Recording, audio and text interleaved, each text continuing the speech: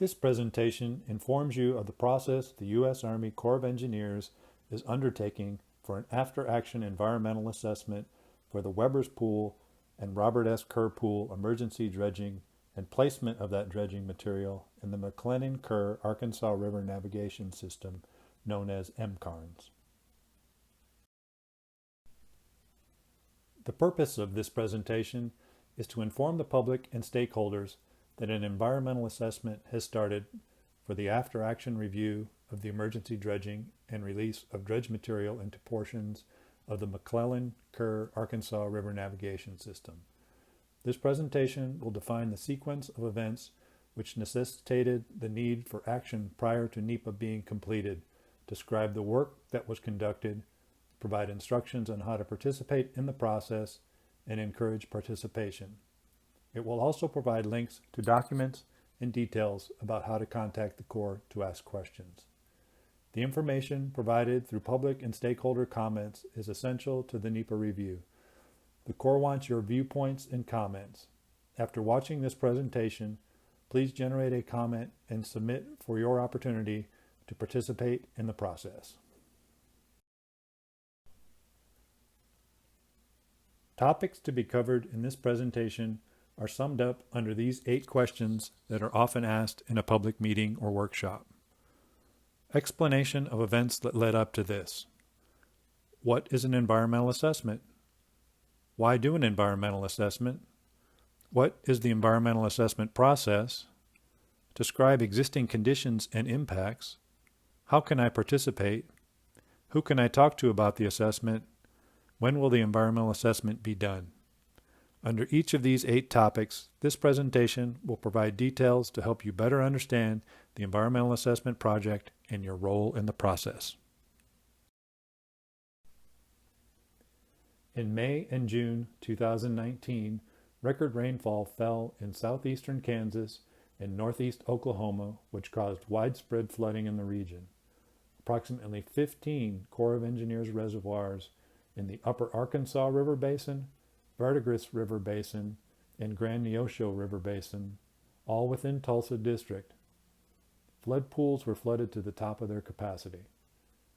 With so many reservoirs at the top of their flood pool capacity, the Tulsa District managed reservoir releases, so there was a balanced approach to evacuating floodwaters from all the pools. Unfortunately, significant and in some cases catastrophic flooding was unavoidable due to the received rainfall. River flows, measured in cubic feet per second, or CFS, were overwhelming within large portions of the river system. Below Keystone Dam, just west of Tulsa, the rate of river flow approached 300,000 CFS at its maximum volume and was flowing at 600,000 CFS at Mayo Dam. The McClellan-Kerr Arkansas River Navigation System, just downstream from the Arkansas River confluence with the Verdigris River and the Grand Neosho River, had a sustained volume of well over 600,000 CFS over a duration of more than a week. This increased river flow was carrying an enormous volume of sediment which was transported from the 3 upstream feeder river basins and was passed through the upstream dams and into the navigation system, where much of it was subsequently deposited. Results of this increased sedimentation was 3 miles of river channel was clogged with an estimated 1 million cubic yards of sediment. This material had to be removed before the navigation system could be reopened for navigable traffic and interstate commerce. Therefore, the Tulsa District made the decision to commence dredging and dredge spoil operations prior to NEPA review so economic impacts to the region would be reduced.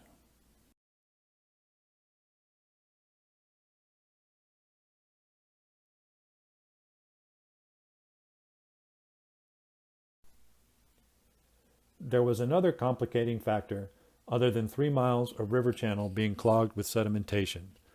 On May 23, 2019, 2 fully loaded barges moored in the Muskogee area tore loose and were carried downstream, where they collided with the Weber's Falls Lock and Dam and sunk. The barges were forced against 3 of the structure's open gates. Because the two sunken barges impeded the operation of the gates, those gates could not be closed. Removal of these barges was dependent on the emergency dredging action, specifically the portion within the Robert S. Kerr pool. For that reason, the salvage crew hired for this task utilized a tow barge, which was the only feasible means of travel up the McClellan Kerr Arkansas River navigation system to the Weber Falls Lock and Dam. Why do an environmental assessment? The National Environmental Policy Act, or NEPA, requires federal agencies to consider effects of proposed projects on the human environment and to document the anticipated environmental impacts from a proposed project. NEPA applies to federal actions that affect the environment, such as dredging operations. Dredging operations are normal and was an approved action for the congressionally authorized MKARNS navigation system. This process requires federal agencies to cooperate with other federal, state, and local governments, as well as organizations and the public during project planning phases. Scoping is where the federal agency asks for the initial input from other agencies, the public, and organizations regarding project area, resources, and uses. This presentation is the initiation of the scoping process. What is the purpose of this environmental assessment? The purpose of this environmental assessment is to analyze the impacts to the socio-economic environment resulting from emergency dredging operations and associated placement of the dredge material in waters of the United States. Due to the lack of authorized dredge disposal facilities within the area, that occurred due to historical flooding during May 2019 along the McClellan Kerr Arkansas River navigation system in Oklahoma. Specifically, dredging occurred in the Robert S. Kerr Pool and Weber Falls Pool in order to reopen the navigation channel, as well as to allow vessels to travel upstream to the Weber's Fall Dam to remove a barge lodged in the dam's operational gates, which was restricting the gate's closure and subsequent draining of the pool. The goals of this EA will be to ensure compliance with the National Environmental Policy Act and appropriate environmental laws, regulations, agency policies and guidance, and executive orders while maintaining an immediate navigable channel along the MKARNS waterway and to provide any necessary mitigation as a result of impacts from the emergency dredging, discharge of dredge material, and drawdown of the pool. The environmental assessment process includes 3 phases: scoping, draft, and final. The scoping phase is when the federal agency asks for initial input from other agencies, citizens, and organizations regarding project area, resources, and uses. This is the phase we are currently in, as noted by the yellow star on the chart. The draft phase is when the Corps asks for public comment on the proposed recommendations in the draft EA. The final phase is when the Corps incorporates public comments from the draft review into the final EA document. An EA is published after formal approval by the district commander. In developing an environmental assessment, an important part is defining the existing environment of the area that may be affected by the proposed project. Land use in the surrounding area includes timber production, agriculture, public lands, industrial use, recreation, residential development, and dredging. Housing and industrial complexes are primarily centered around communities with some interdispersed agriculture. Recreation opportunities include fishing, biking, hiking, hunting, kayaking, boating, birdwatching, camping, and auto touring. The project area is in the lower Arkansas River watershed, a riverine system that is a key travel corridor for migratory birds and residential terrestrial native wildlife. The dominant river is the Arkansas. Various types of surface water occur, including lakes, oxbow lakes, shallow depressions, swales, chutes, sloughs, emergent and subshrub wetlands, and abandoned channels, flowing channels, riparian areas, and scour holes. Sandbars, point bars, rip-rap banks, collapsing banks, and snags add to the diversity of water types. Robert S. Kerr Lake and Weber's Falls Lake are listed by the Oklahoma Department of Environmental Quality as being impaired by turbidity. Oklahoma Department of Environmental Quality does not have Robert S. Kerr listed as having a fish consumption advisory warning. Advisory warnings for tributaries include no advice for the general population, but they advise sensitive population, such as childbearing age women and children under 15 years old, consume no more than 1 meal per week of predatory fish species. Predatory fish include largemouth, smallmouth, spotted, white, striped, or hybrid bass, walleye, saugeye, and flathead catfish. The project area is located in a National Ambient Air Quality Standards attainment area and meets the NAAQS for the criteria pollutants designated in the Clean Air Act. Topography along the study area is that of gently rolling hills with very narrow fringes of steeper types, numerous streams and river channels, active floodplains, wetlands, riparian areas, old meanders, and oxbow lakes surrounded by one or more terrace levels or bottoms. Soils are for the most part rich and fertile, hydric with spatial relationships for various soil types and associations. Ecosystems within the study area are extremely valuable due to their rich and diverse natural resources. Despite numerous projects constructed, the area still remains much of its original environmental characteristics and is among the richest, most functional ecosystems remaining in the region, which contributes to the 11 federally listed threatened and endangered species that may occur within the project area. The project area's flora represents a transition zone between the hardwood forest of northern Oklahoma and the predominantly pine forest of southeastern Oklahoma. The vegetation is a mixture of native grasses and improved pasture interspersed with native oak hickory woodlands. This is a general location map of where the MKARNS After Action Study area is located. White polygon southeast of Tulsa, Oklahoma. This is a general map of the project area showing the disposal locations in red, the dredged areas in green, and location of sunk barges in red triangle. This table shows the locations of all disposal sites that were used to place the dredged material. The table shows the contractor who conducted the work, location name of disposal area, navigation mile of disposal area, volume of material placed, start dates of work, completion dates of work, and a general description of the disposal site.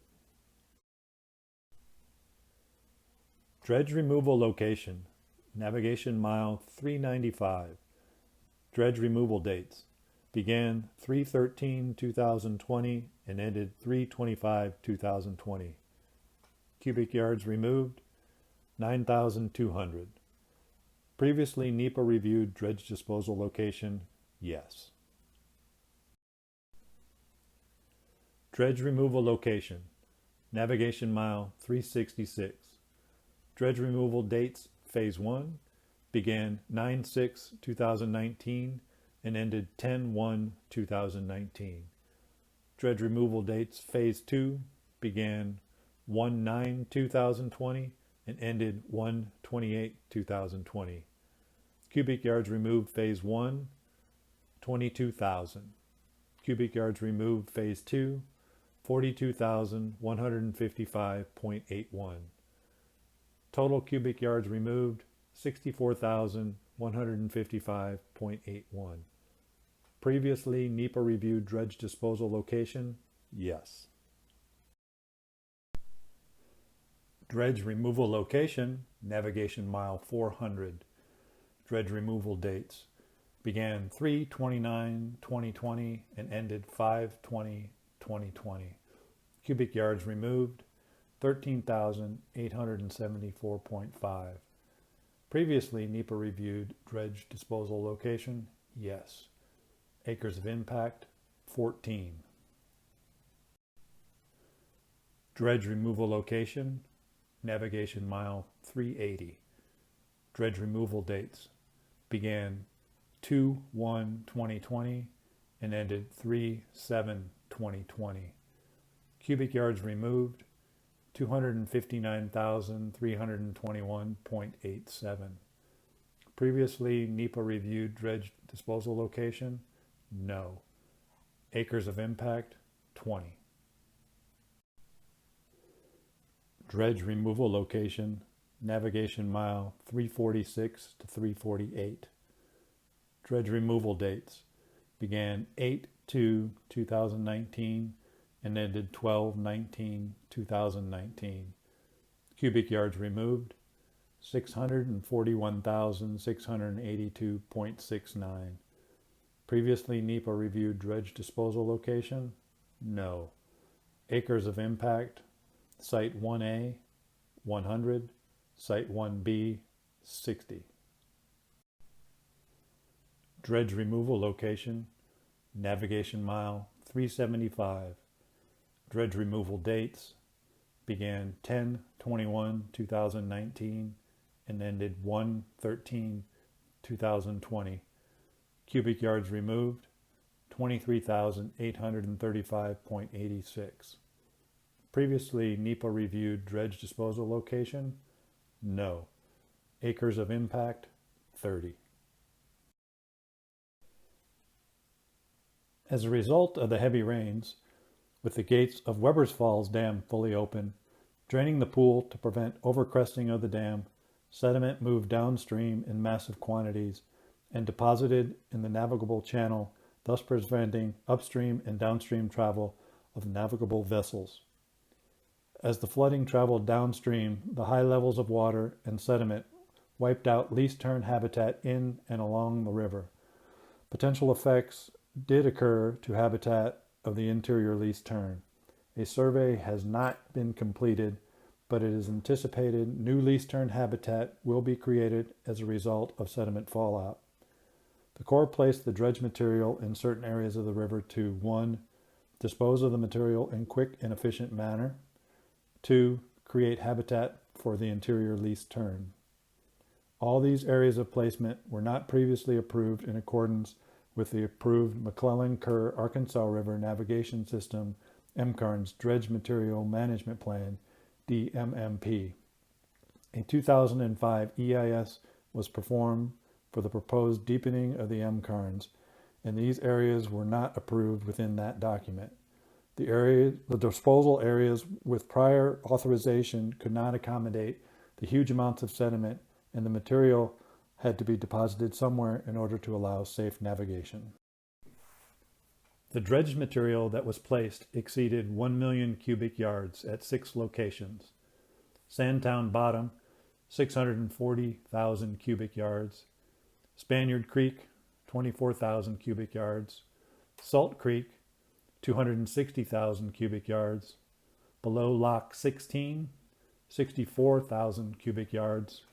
Three Forks, 9,200 cubic yards. River Mile 400, 14,000 cubic yards. A large unknown quantity of various mussel species died as a result of the drawdown. This was unavoidable due to the barge being wedged in the dam gates and the continual flow of water through the dam. The barges were carrying fertilizer, and when the barges struck the dam and sunk, they broke open with approximately 3,800 tons of fertilizer washed downstream. Flooding and the loss of fertilizer had potential temporary effects on water quality, Section 401 of the Clean Water Act.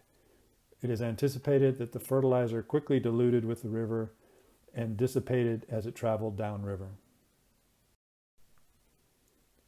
To prevent potential contamination by future land use, a hazardous, toxic, and radioactive waste, also known as HTRW, study will be conducted.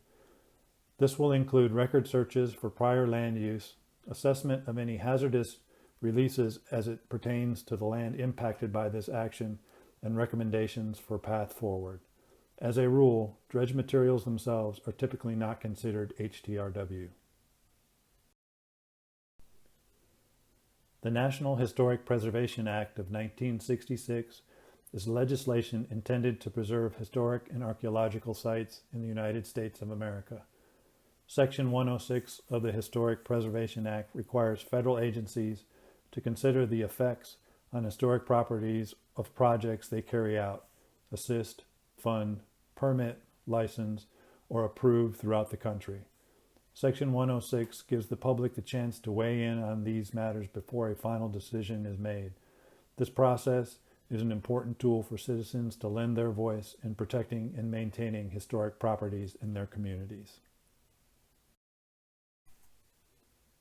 The Corps will gather information to decide if any properties in the area that may have been affected by this project are listed or are eligible for listing in the National Register of Historic Places. The Corps will explore measures to avoid, minimize, or mitigate any adverse effects to these historic properties and reach agreement with the State Historic Preservation Officer and the appropriate tribal nations on measures to resolve them. NEPA is the National Environmental Policy Act. Compliance with NEPA is required during the environmental assessment process. NEPA is required so that federal agencies give proper consideration to the environment prior to undertaking a federal action. Scoping during NEPA involves the public in the decision-making process, while documenting the process by which federal agencies make informed decisions. The NEPA process provides the public with the opportunity to ask questions and comment on the potential impacts of proposed federal actions. It also includes comments from other federal, state, and local governments and tribal nations. NEPA entails many environmental laws that federal actions must be compliant with. Immediately after the flooding event and subsequent barge accident, the Corps initiated coordination with other federal agencies, state agencies, and tribes, including while the flooding event was underway. This has included the U.S. Fish and Wildlife Service, State of Oklahoma Department of Fish and Game, State of Oklahoma Historic Preservation Office, and tribal nations. Coordination with these agencies has been ongoing, and the Corps is committed to addressing these agencies' concerns. You can participate in the process by reviewing the documents available on the website and submit written comments. The Corps will only accept comments in written format. The project website is hosting all the documents relevant to the environmental assessment, project maps, comment forms with instructions on how to submit a comment, and copies of this presentation for your review. As the project progresses and new information is developed, it will be posted to this project website, so you may want to bookmark this site for future reference. We are asking for your help to spread the word to others, letting them know that the environmental assessment has been initiated and this is the opportunity to participate in the process. The Corps can accept any form of written comments, and we have provided a few methods that may make it easier to submit. A comment form has been prepared and is available on the website, which you can download and fill out electronically. Hit the submit button on the form and it will auto-fill the email address and you can send it in. Another method is to print the comment form provided on the website and fill it out by hand or electronically and mail it into the Corps. Or you can write a comment in a letter or email and send it in.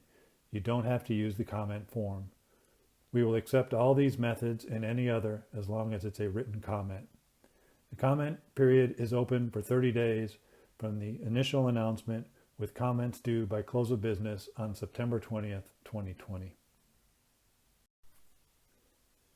If you have questions regarding the environmental assessment, please call or email the following Corps district staff. You can also send questions to the email address set up for this project as listed on this slide. If you need to review a printed copy of the information, please contact the district office to make your request. The environmental assessment will take approximately 1 year to complete. Public notification for scoping initiated on August 20th, 2020. The 30-day comment period, when written comments are accepted, will remain open until September 20th, 2020. The draft document is scheduled to be available for public review by April 1, 2021, followed by a public comment period for 30 days. The final approved environmental assessment is scheduled for June 15th, 2021. Thank you for viewing this presentation and participating in the After Action EA for the Weber's Pool and Robert S. Kerr Pool Emergency Dredging and Disposal. Project documents are available at this website. Please send your comments to the email address or the office address listed here. The Corps of Engineers believes in good stewards of the Earth's resources and the human environment and is committed to finalizing this action that will be NEPA compliant. Thank you.